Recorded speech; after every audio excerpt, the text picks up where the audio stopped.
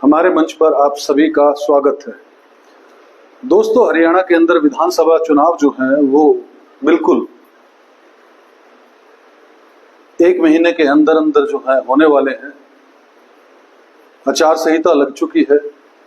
1 तारीख को चुनाव होना है और 4 तारीख को जो है अक्टूबर की वो रिजल्ट आ जाएगा। लेकिन इसी के बीच जो है भारतीय जनता पार्टी के नेताओं के जो है वो बोल जो है वो बिगड़ते हुए नजर आ रहे हैं और इससे जो है पब्लिक के अंदर मैसेज जो है वो गलत जा रहा है।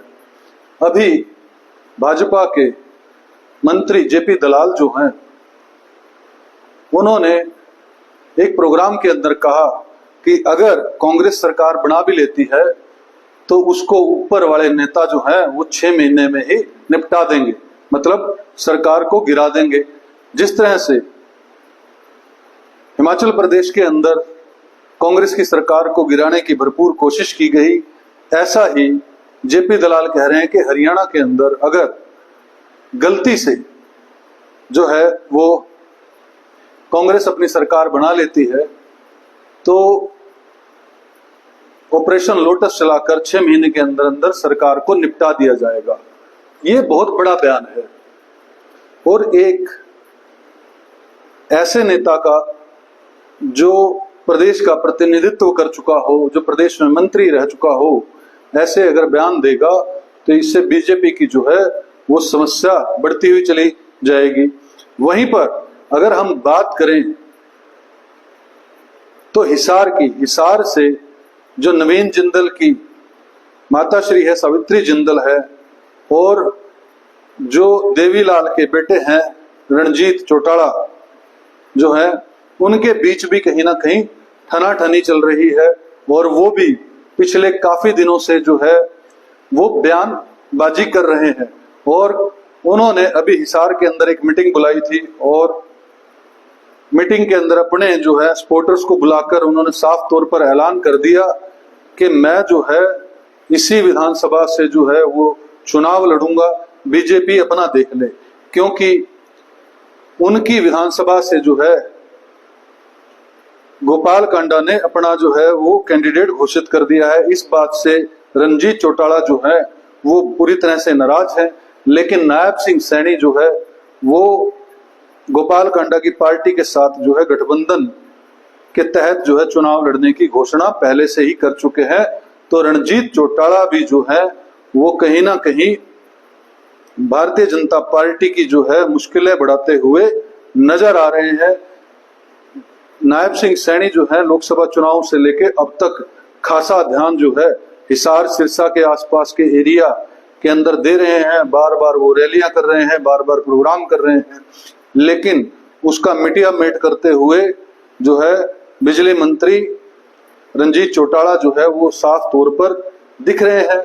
दोस्तों, हमें साफ तौर पर कांग्रेस के अंदर भी जो है गुटबाजी साफ तौर पर नजर आती है।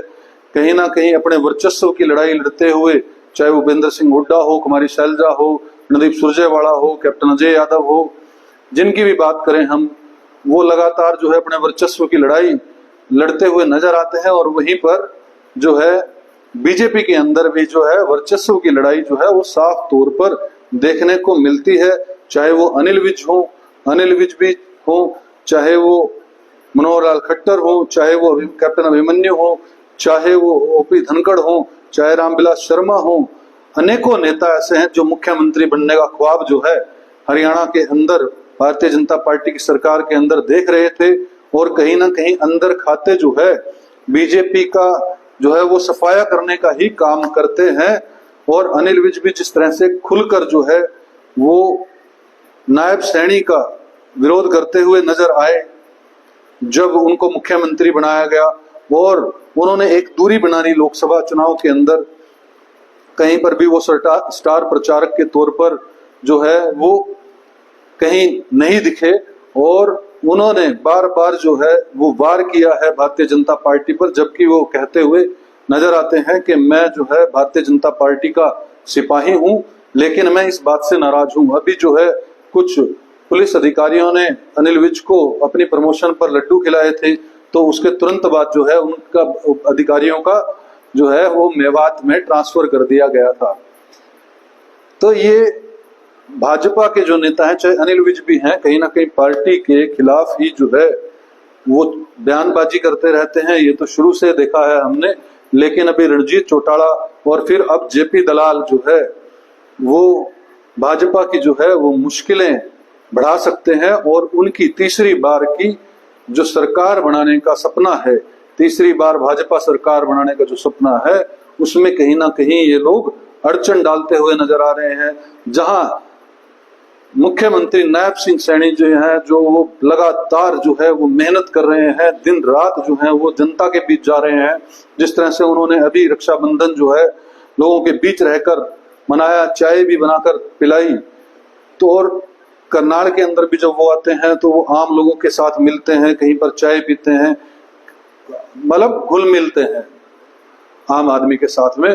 तो उनकी मुश्किलें भी जो है वो बढ़ाते हुए ये लोग नजर आ रहे हैं, क्योंकि मनोहर लाल खट्टर जो है के कारण से जिस तरह से पिछले 9.5 साल में जो एंटी इनकम्बेंसी थी, जिस तरह से सत्ता विरोधी लहर थी, उसका साफ असर जो है वो देखने को मिला लोकसभा चुनाव के अंदर, जिसमें भाजपा जो है 5 सीटें हार गई। पिछली बार जो है 10 की 10 सीटें उन्होंने जीती थी और अब की बार 5 सीटें हार गई है। इससे घबराकर उन्होंने जो है पहले ही मुख्यमंत्री बदल दिया था और नायब सिंह सैनी जी को, जो कि प्रदेश अध्यक्ष थे बीजेपी के, उनको जो है मुख्यमंत्री बनाया और उन्होंने खूब जो है वो रैलियां की, खूब जनता के बीच रहे। करनाल के अंदर भी उनकी पत्नी जो है सुमन सैनी जी और नायब सिंह सैनी लगातार, उनके भाई गुलाब सैनी लगातार जो है जनता के बीच रहे, और चुनाव खत्म होने के बाद लोकसभा के लगातार वो जनता के बीच जाकर उन्होंने जिस तरह से रैलियां कर रहे हैं वो, और अभी भी जो है वो संकल्प लिए हुए हैं कि हर विधानसभा के अंदर जन आशीर्वाद रैली के तहत जो है वो जाएंगे। और खास तौर पर हिसार के आसपास के एरिया का जो है वो टारगेट है, क्योंकि हिसार के अंदर भी लोकसभा में 9 विधानसभाएं आती हैं।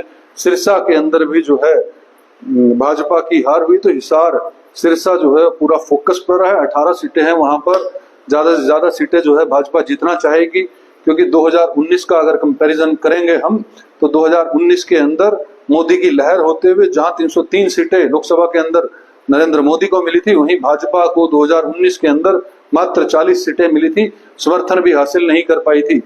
जो इंडिपेंडेंट विधायक हैं, आजाद विधायकों के भरोसे उन्होंने सरकार चलाई, जेजेपी से समर्थन लिया, तब उनकी जो है वो 5 साल अब सरकार चल पाई है।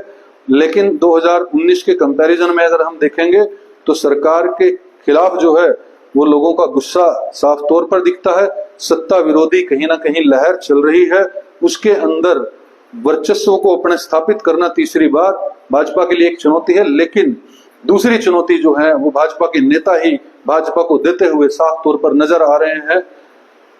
मुझे ऐसा लगता है कि भाजपा के नेताओं को अपनी जुबान पर जो है वो संयम रखना चाहिए। इस तरह के मैसेज देकर कहीं ना कहीं भाजपा का सत्ता में आने का जो रास्ता है उसको वो कठिन बना रहे हैं। दोस्तों, इस वीडियो के अंदर इतना ही। यह वीडियो आपको अच्छी लगी हो तो इसको लाइक और शेयर जरूर कीजिएगा और हमारे इस चैनल को सब्सक्राइब कीजिएगा। इस वीडियो में इतना ही। जय हिंद, जय भारत।